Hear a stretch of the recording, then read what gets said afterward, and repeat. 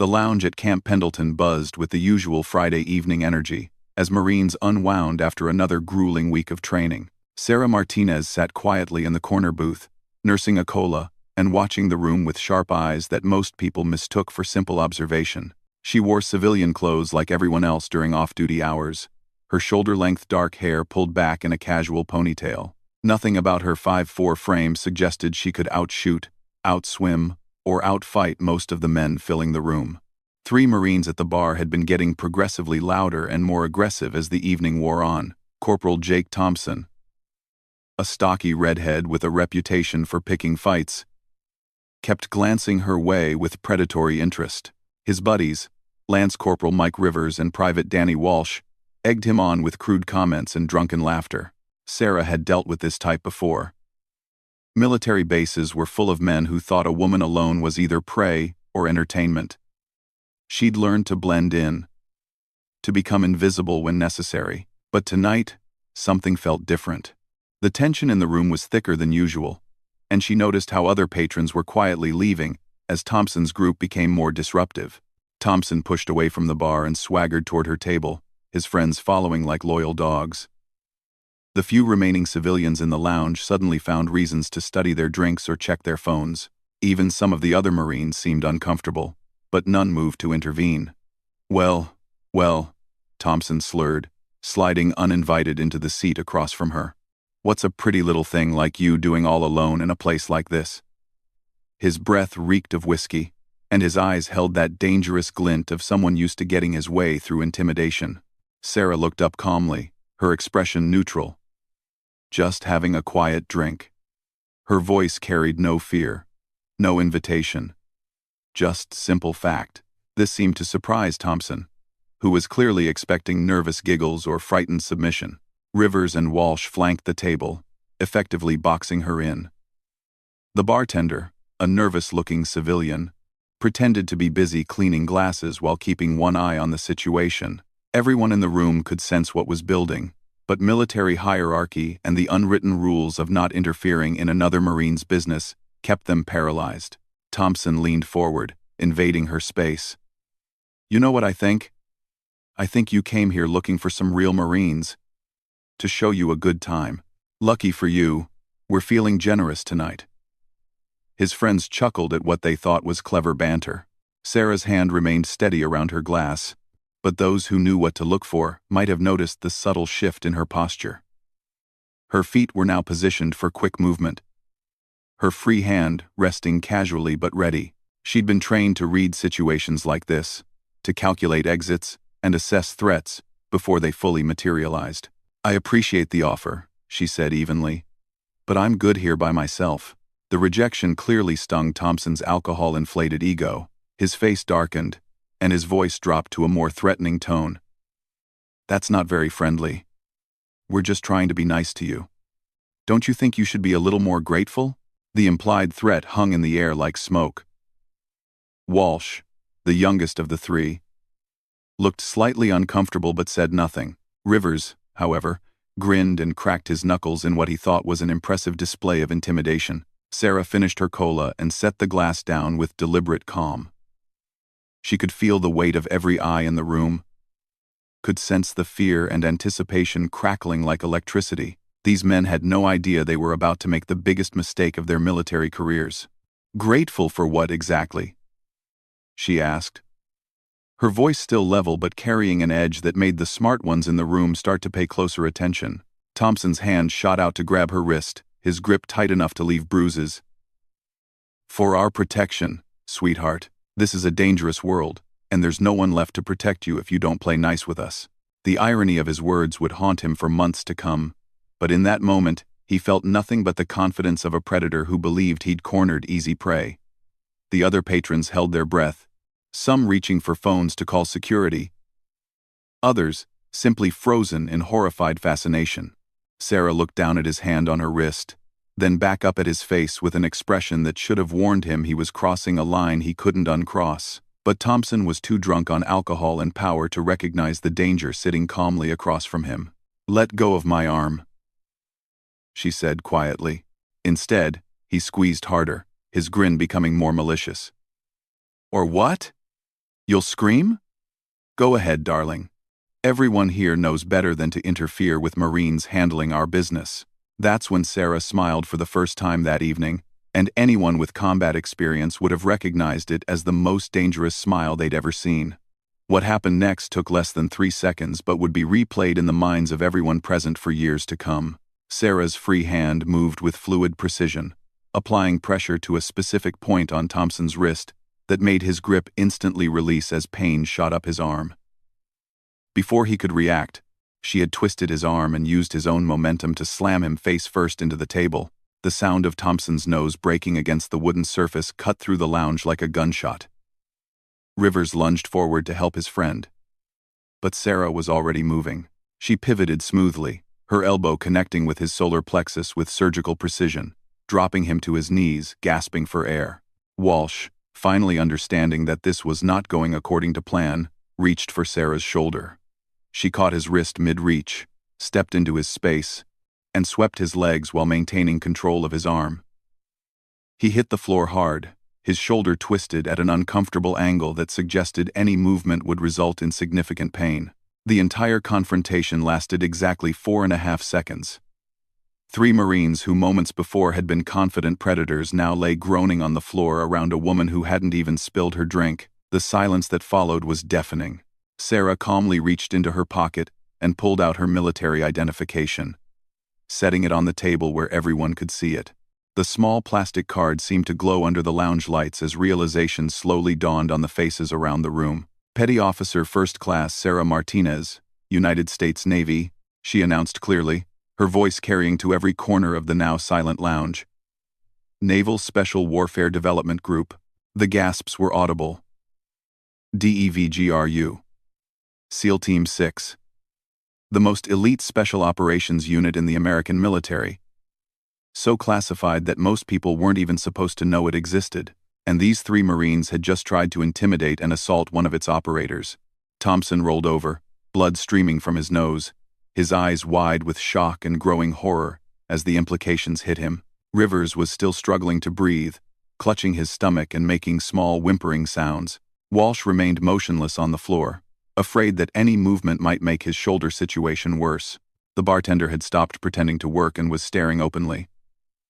2 other Marines at a nearby table had gone pale, clearly recognizing the magnitude of what they'd just witnessed. One pulled out his phone, probably to warn friends about what was about to become the most talked-about incident on base.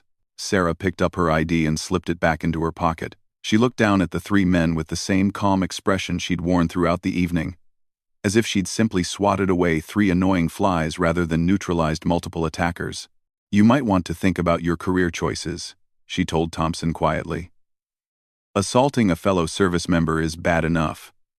But when that service member outranks you and happens to be a Navy SEAL, it becomes a special kind of stupid." The mention of rank hit like another blow. As a petty officer first class with her specialized training and security clearance, Sarah technically outranked all 3 of the Marines.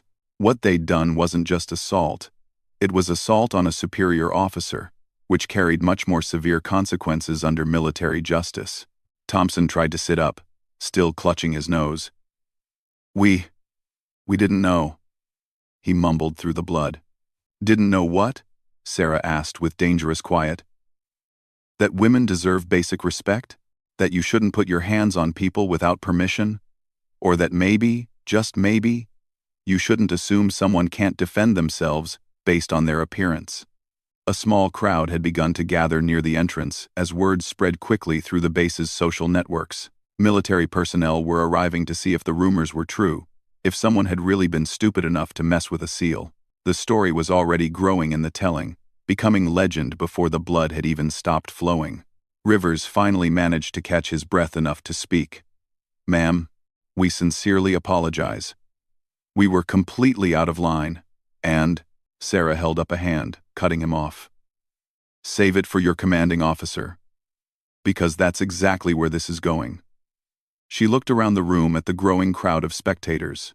"All of you witnessed these 3 Marines attempt to intimidate and then physically restrain me against my will. That's going in my report." The weight of those words settled over Thompson, Rivers, and Walsh like a death sentence.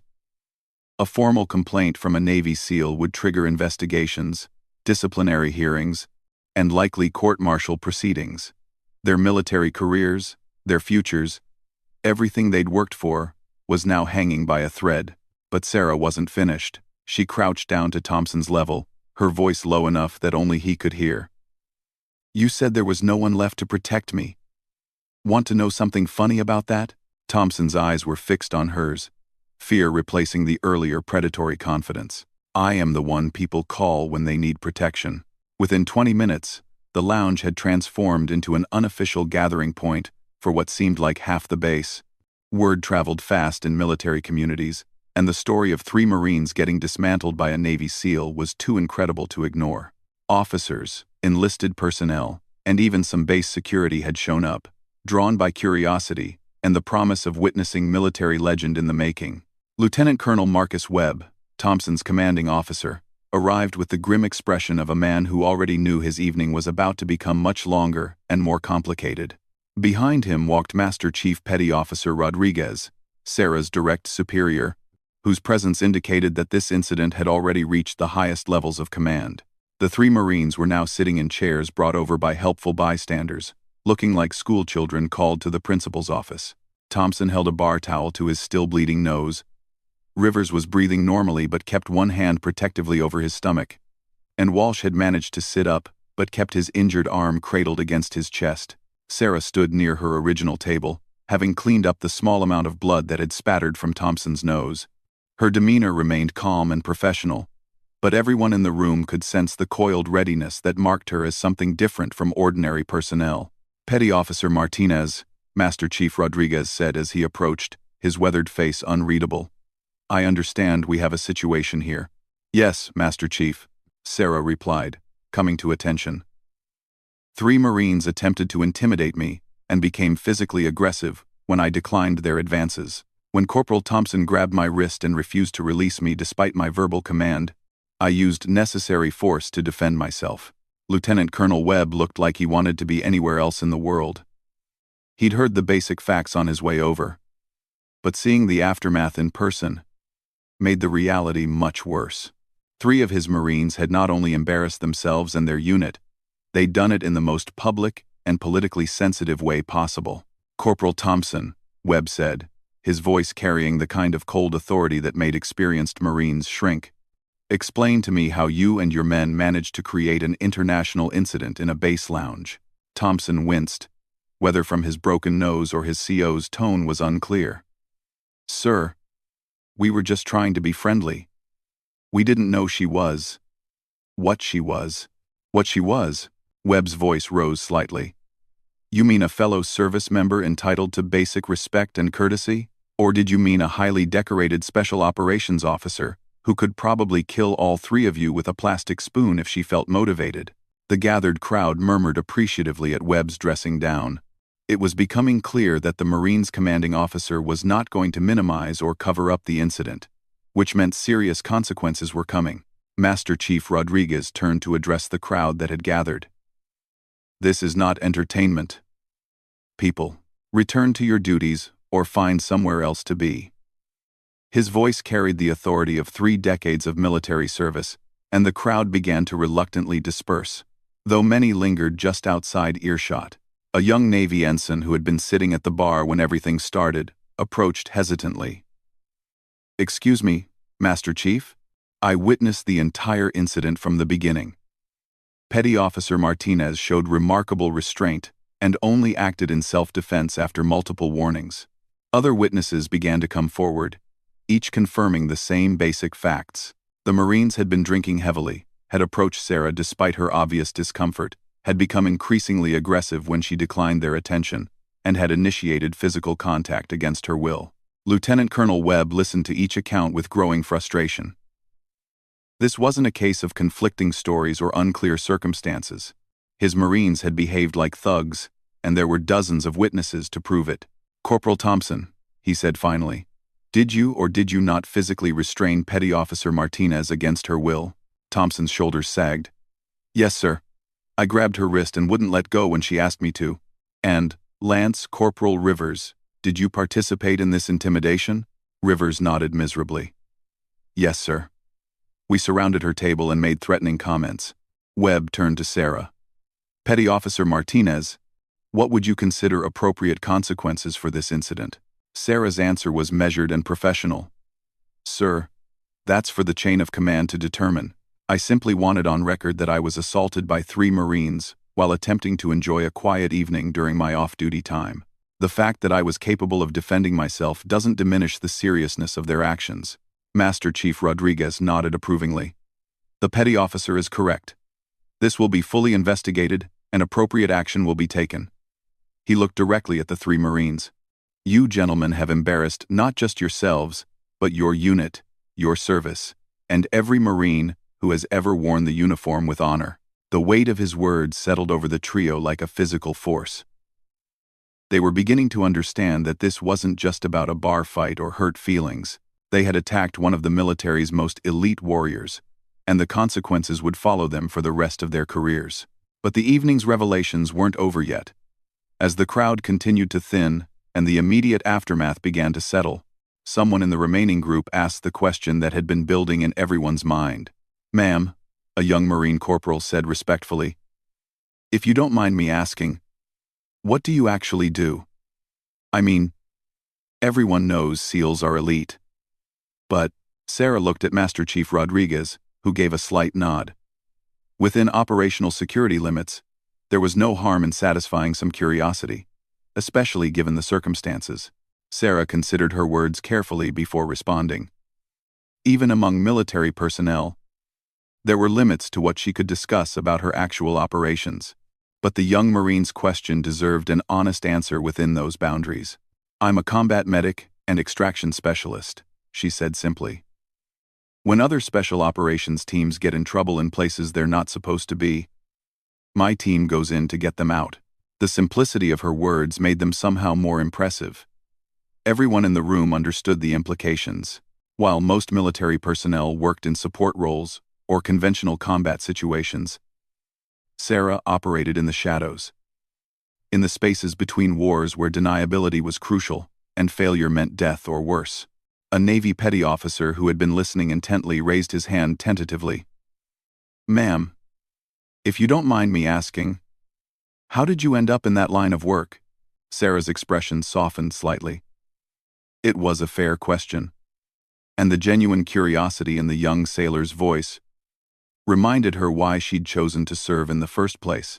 I grew up in a rough neighborhood in East LA, she began. My father was deployed overseas most of my childhood, and my mother worked double shifts just to keep us housed and fed. I learned early that the world doesn't care if you're small or female, or scared. You either learn to protect yourself and the people you care about, or you become a victim. Thompson, still holding the bloody towel to his nose, was listening intently despite his obvious discomfort. For the first time since the incident began, he was seeing Sarah as a person, rather than just the weapon that had humiliated him. When I was 16, Sarah continued, my younger brother got mixed up with a local gang. They were using him as a drug runner. And when he tried to quit, they threatened our family. The police couldn't do much because of jurisdictional issues and lack of evidence. We were on our own. Master Chief Rodriguez had heard parts of Sarah's story before, but he'd never heard her tell it so completely. He could see the impact her words were having on the mixed group of Marines and sailors gathered around. I realized that night that if I wanted to protect the people I cared about, I needed to become someone who could handle situations the regular authorities couldn't or wouldn't touch. So I started training. Martial arts, weapons, tactical medicine, languages, whatever I could learn that might make me more capable. A young Marine Lance Corporal shook his head in amazement. And the Navy recruited you? Sarah smiled, the first genuine expression of warmth she'd shown all evening. Not exactly. I enlisted as a hospital corpsman and volunteered for everything dangerous they'd let me do. It took 3 years of proving myself before I was even allowed to try out for Bud S training. Bud S was legendary in military circles. Basic underwater demolition. SEAL training was designed to break strong men, with a failure rate that consistently exceeded 80%. The idea of a woman not only attempting but completing the program was almost mythical. The dropout rate for women in special operations training is even higher than for men, she continued matter-of-factly. Not because we're not capable, but because the training was designed by men, for men, and institutional bias is real. I had to be not just good enough, but undeniably better than my male counterparts, just to be taken seriously. Rivers, who had been silent since his initial apology, finally spoke up. "Ma'am, how many missions have you been on?" Sarah and Master Chief Rodriguez exchanged a look. That question touched on classified information. But there was a way to answer it that satisfied curiosity, without compromising operational security. Let's just say that when you read news stories about hostages being rescued from impossible situations, or high-value targets being captured in countries we're not officially operating in, there's often a team of people you never hear about who made it possible. Sarah said, "I've been honored to serve with some of the most dedicated and capable people this country has ever produced." The gravity of her understatement was not lost on anyone present. They were looking at someone who operated in the spaces between headlines, who risked her life in conflicts the public would never know existed. Lieutenant Colonel Webb, who had been quietly observing the conversation, stepped forward.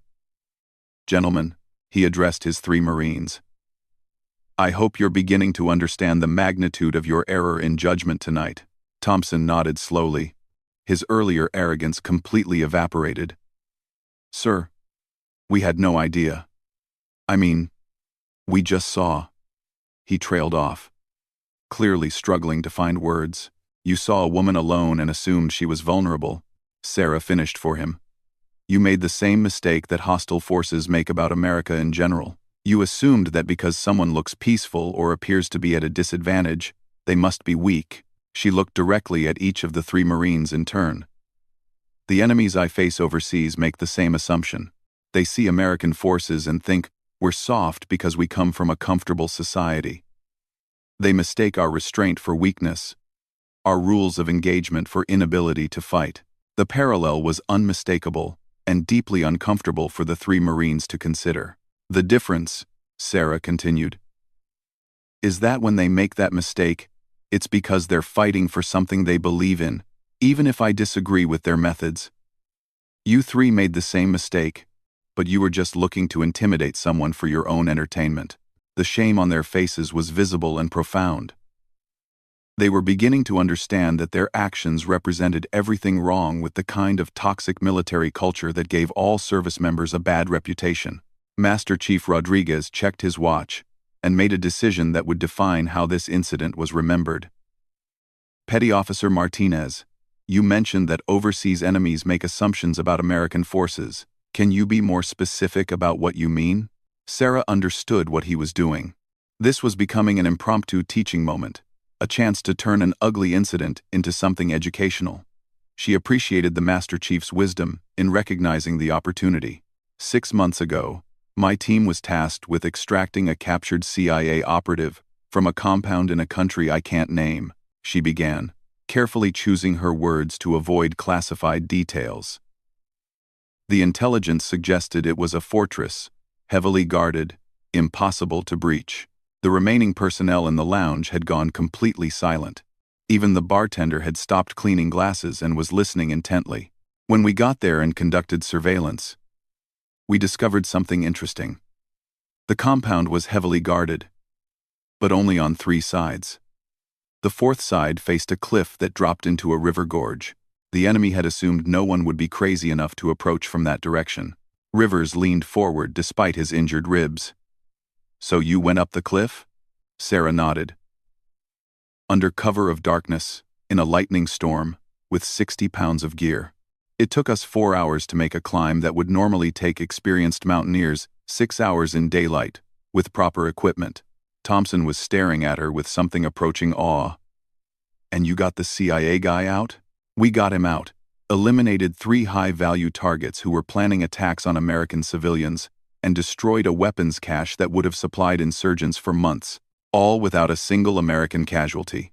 The pride in Master Chief Rodriguez's voice was unmistakable. "Tell them about the part where you saved Johnson's life." Sarah looked uncomfortable with the attention but continued. During extraction, one of my teammates took a bullet to the femoral artery. We were still 2 miles from the pickup point, and he was bleeding out fast.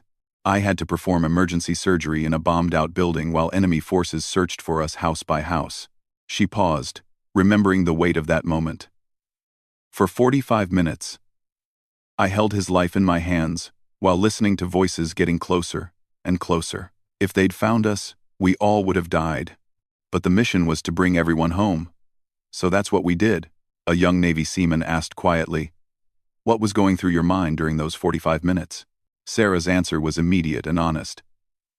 That I'd trained my entire adult life for exactly that moment. That Johnson had a wife and 2 kids back home who were counting on me to keep their husband and father alive. That the same skills I used to protect my family in LA were now protecting my military family in a war zone. The connection she drew between her childhood experiences and her current role resonated powerfully with everyone present. This wasn't just a tough woman who could fight. This was someone who had dedicated her life to protecting others, who had turned personal trauma into professional purpose. Lieutenant Colonel Webb addressed his Marines again. So when you 3 decided to intimidate Petty Officer Martinez tonight, you weren't just harassing a random woman in a bar. You were threatening someone who has risked her life repeatedly to protect American interests and American lives. The full weight of their actions was finally sinking in. They had tried to bully someone who spent her professional life standing between American citizens and the most dangerous people in the world. Walsh, who had been mostly silent throughout the evening, finally spoke up. Ma'am, is there any way we can make this right? Sarah considered the question seriously. That depends on what you mean by make it right. You can't undo what happened, and there will be consequences through official channels. But you can learn from this. She looked at each of them in turn. You can start by examining why you thought it was acceptable to treat any woman the way you treated me tonight. You can ask yourselves what kind of men you want to be, and what kind of legacy you want to leave in the military. Thompson finally lowered the bloody towel from his nose. Ma'am, can I ask you something? Sarah nodded. When you were growing up in LA, dealing with gangs and protecting your family, did you ever want to just give up? Did you ever think it would be easier to just accept that the world was dangerous and try to hide from it? The question was more thoughtful than Sarah had expected from him. Every day, she answered honestly. There were nights I went to bed wondering if it would be easier to just keep my head down. Mind my own business. Let other people handle the hard stuff. What changed your mind? Sarah's voice became quietly intense. I realized that the people who prey on others count on everyone else being too scared, too tired, or too selfish to stand up. They count on good people convincing themselves that it's not their responsibility to act. She gestured around the room. Every person in this room took an oath to support and defend the Constitution of the United States against all enemies, foreign and domestic. That's not just about wearing a uniform and following orders. It's about being willing to stand up when standing up is hard. Master Chief Rodriguez nodded approvingly.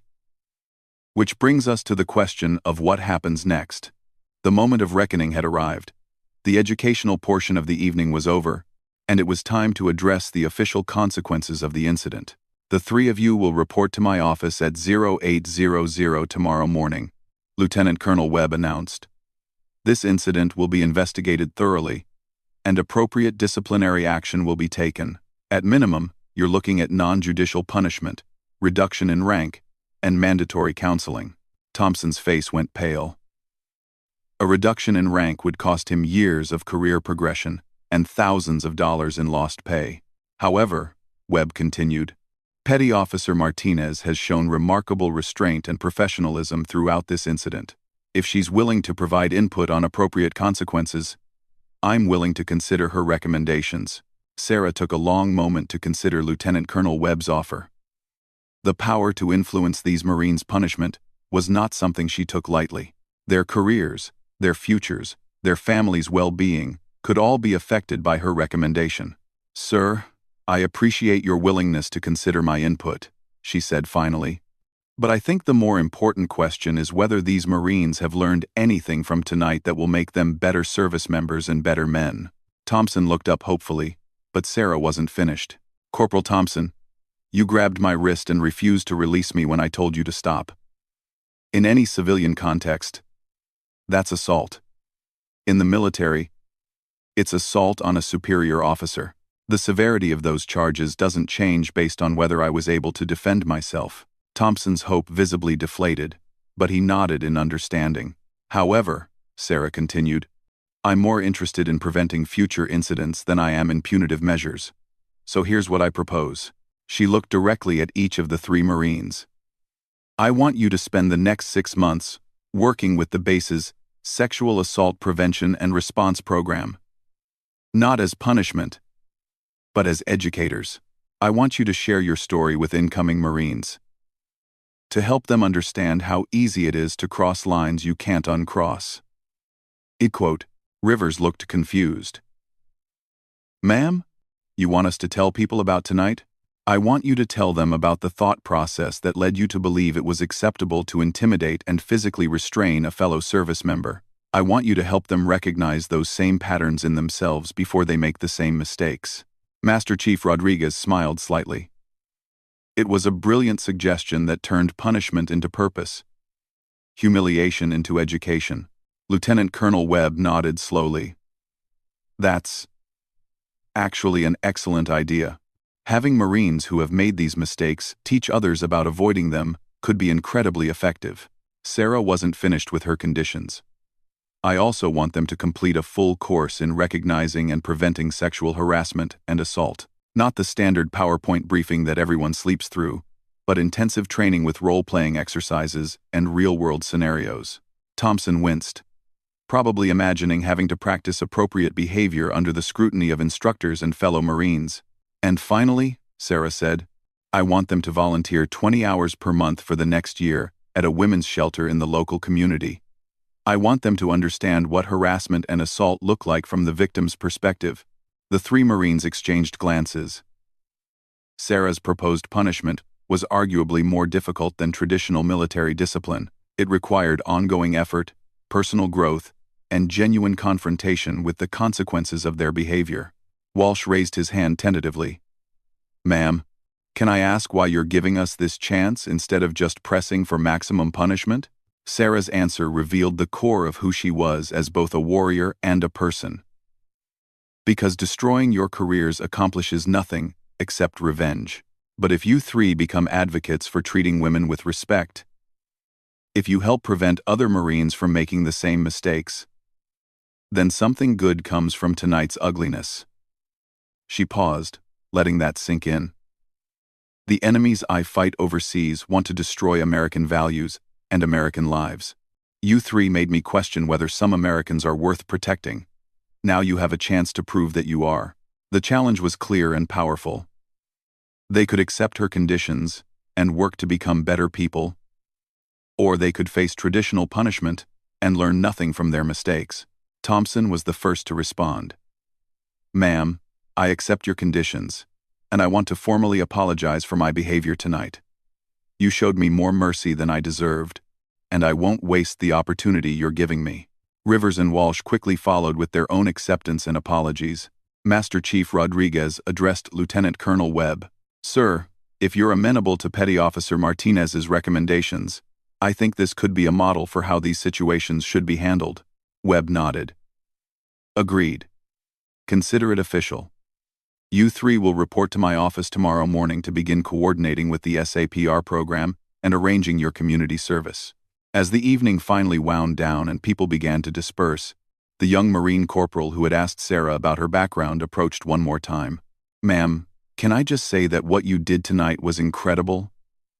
Not just the physical stuff, but the way you handled everything after.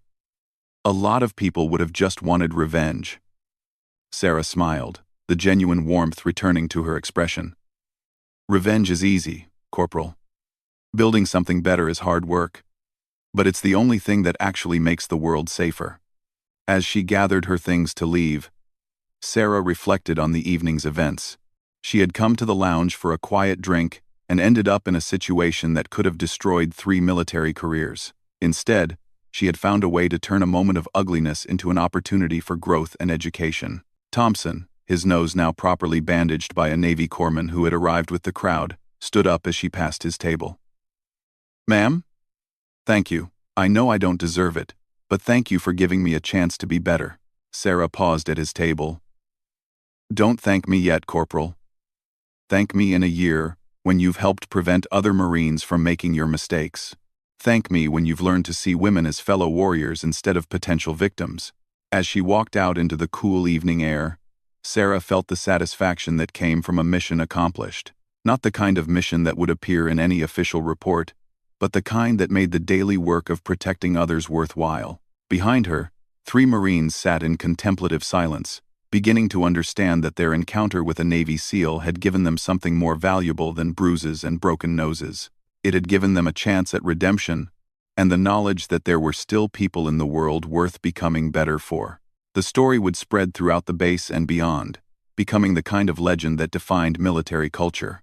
But more importantly, it would become a teaching tool, a reminder that strength without wisdom is meaningless, and that the most powerful response to aggression is sometimes mercy, guided by purpose.